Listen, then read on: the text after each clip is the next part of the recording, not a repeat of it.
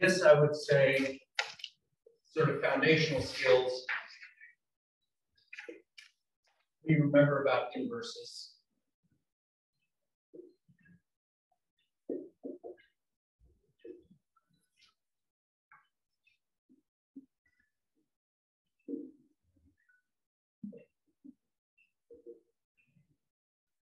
And then we'll come back to the trig functions. So first of all, let's go through with this particular question.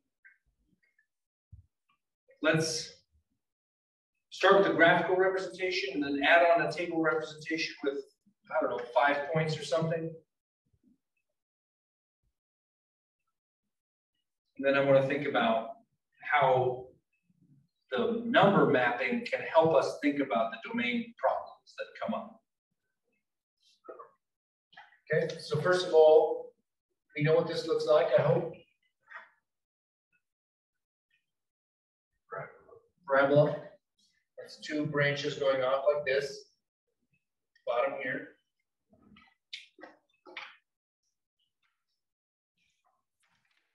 Let's make a little table. You got your input and your output. Give me 5 values. Give me some symmetry here. So give me some negative values and some positive values. Then show the even symmetry. I'll give you the one in the middle. 0 input, 0 output.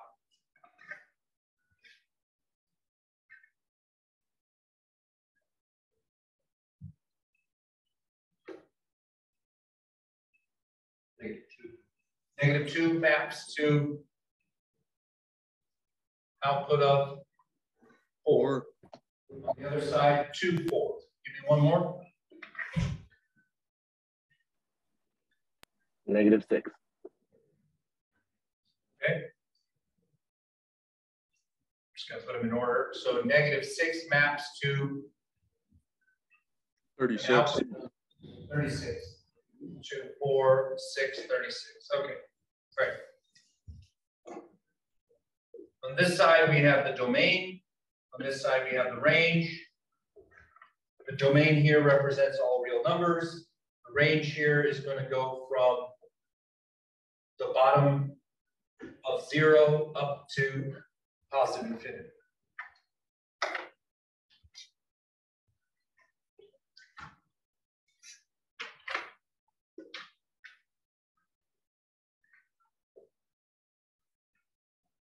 So I think that a really helpful way of understanding domain limitations is to think about the fact that the point of an inverse is to really flop x and y. The inputs and the outputs get reversed. The domain and the range switch. So if I literally took my table and I tried that, it would look like this. 36, 4, 0, 4, 36 maps to -6, -2, 0, 2, 6. This is a problem. This cannot be a function. What's wrong with this? Other than I just said it can't be a function. Why is it not a sensible thing to be a function? Because if you go from 36, you wouldn't get the negative. You get the positive. I could get to negative. Just say that's the rule. But what this is saying, let me clean this up a little bit. This is saying 36 maps to -6. It's also saying 36 maps to 6. 4 maps to 2, but it also maps to -2. I don't need to list this twice. Let me clean this up. This is not a function mapping.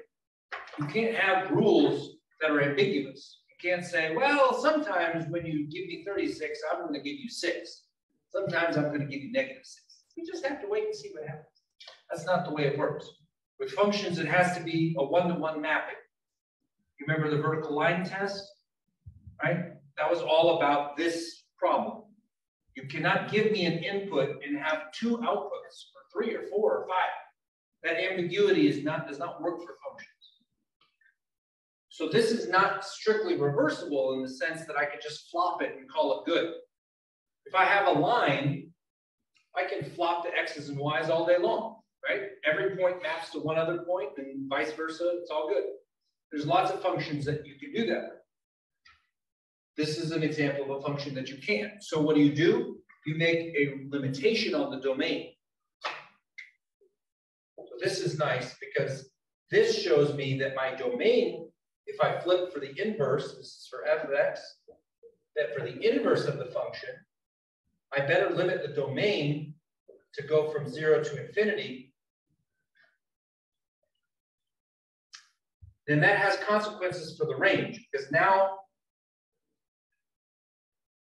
I'm not going to get all real numbers coming out of this function if my domain is limited from 0 to infinity. Let's look at the picture. Well, first of all, you know what the inverse function is for this, right? What's the opposite of x squared? Right, and the square root of x looks like this. So we get this.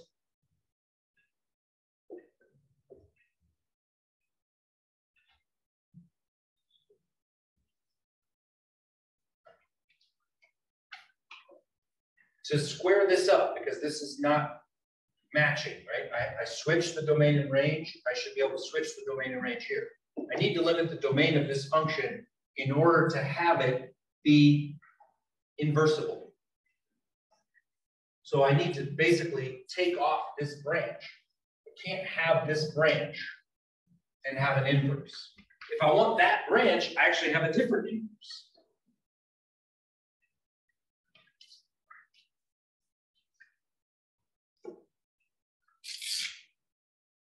Here's my parabola. I only want this branch. I want to flip it. This is the inverse function.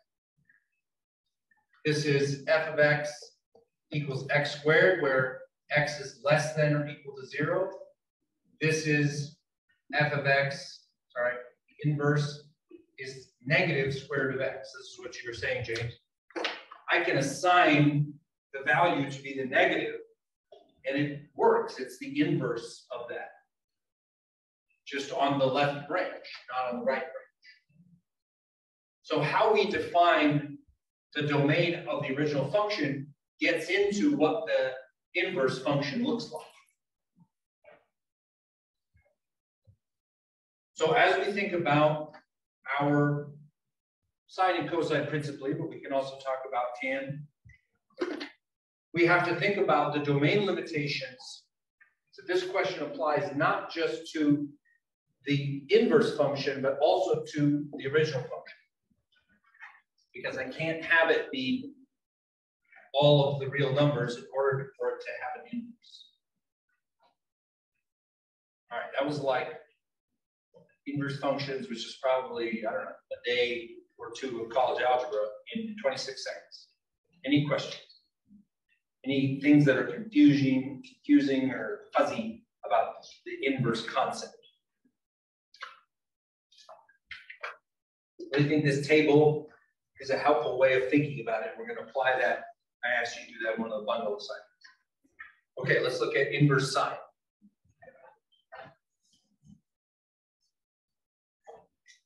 So we got sine x.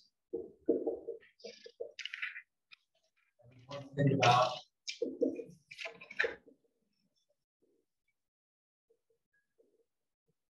the inverse sine. We've already used inverse sine. We've been using it to find angles and solve problems. So we're, functionally able to use it on our calculator. But we want to think about the inputs and the outputs. Well, let's start with the graph, sine x. We can start with the sketch, then we can make that numerical representation. So sine starts here.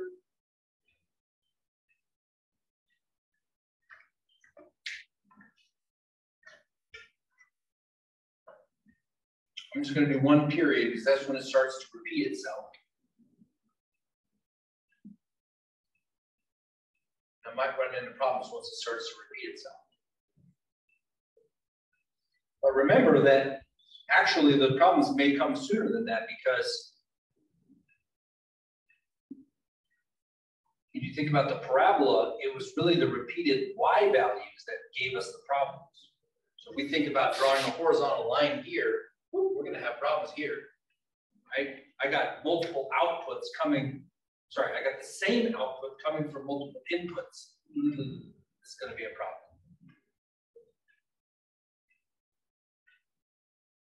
So typically,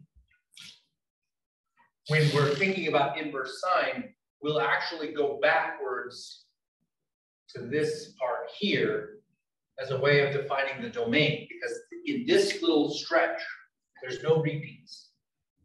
All the outputs are unique to the inputs. So give me the radian values for the maximum and the minimum of the sine. Think about it in terms of the unit circle, right? Okay, here we go. Going maximum sine is up here, minimum sine is down here. So that's values at pi halves for my maximum and 3 pi halves. Yeah, that's this way there. Let me get it from the back side. Negative pi halves. Negative pi halves. So generally, this is a domain limitation that's chosen in order to create inverse sine functionality. We get rid of this stuff here because this is all repeats. This part is not a repeat if we started here, but it's also not contiguous, so it's easier for us to just extend it out the back there and then forget all this stuff. So what you ought to be able to do then to help yourself, and this is good unit circle practice, is let's just do a quick table.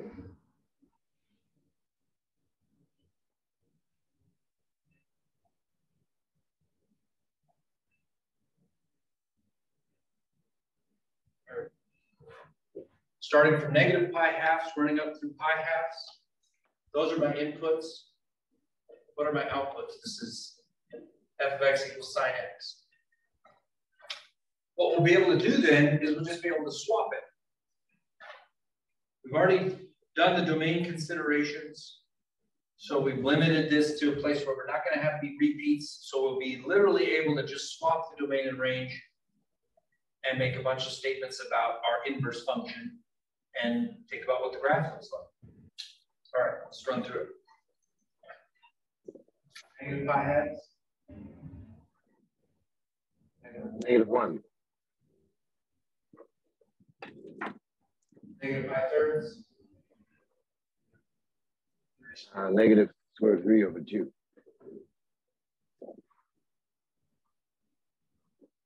Negative 2 squared over 2 over 2. Negative 1 half. Yeah. 0. And then we just come back out the other side. It's symmetrical. 1 half. Root 2 over 2. 2 over 2. And 1. Okay, well then you're ready to do the inverse. It's hard to see the one under pi 6 on the left. Yeah, sorry. Pi 6. No, Yeah. it's the one on under it. It's pi over 6, and then it cuts off. Pi fourths, pi thirds, pi halves. Yeah, symmetrical, Okay. right? So pi 6, pi fourths, pi thirds, pi halves. Pi 6, pi fourths. Okay. Thank you.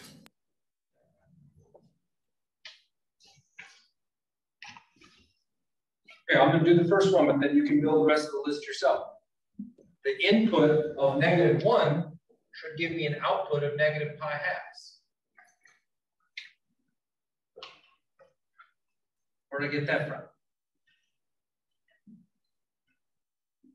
It's just the inverse. Just flipped it. That's what the inverse does. It takes the x list, puts it in the y, puts the y list, puts it in the x, just swapping places. So you can build your list of inputs and outputs. Wait, so I'm sorry.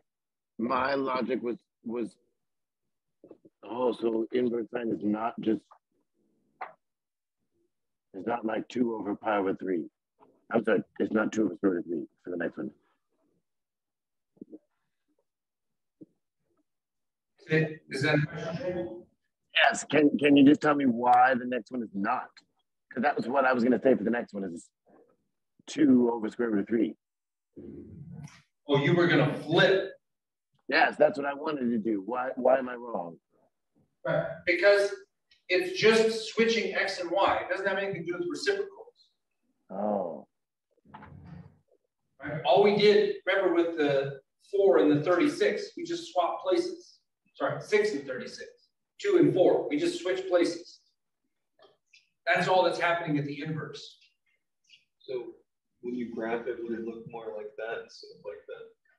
Yeah, and then as you're thinking about graphing it, you can do it by hand, but often it's kind of easier to use the XY flipper to think about how that maps out. And of course, we can use decimals. You guys work on your XY list. I'm going to work on this. Ooh, look at that. Main notation. There we go.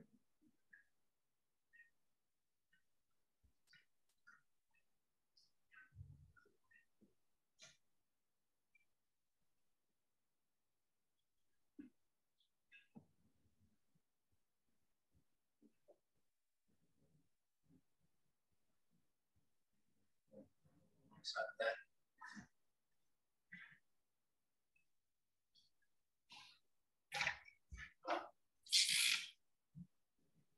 Think about the domain range switch here. Inputs for the blue one, which is the inverse, start at -1, end at 1. The domain goes -1 to 1. That should make sense because these values run from -1 to 1. So the domain here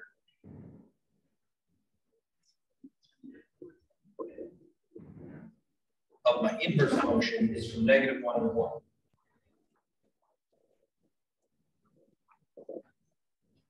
-1 to 1. The range for my inverse function, what's the smallest value that can come out?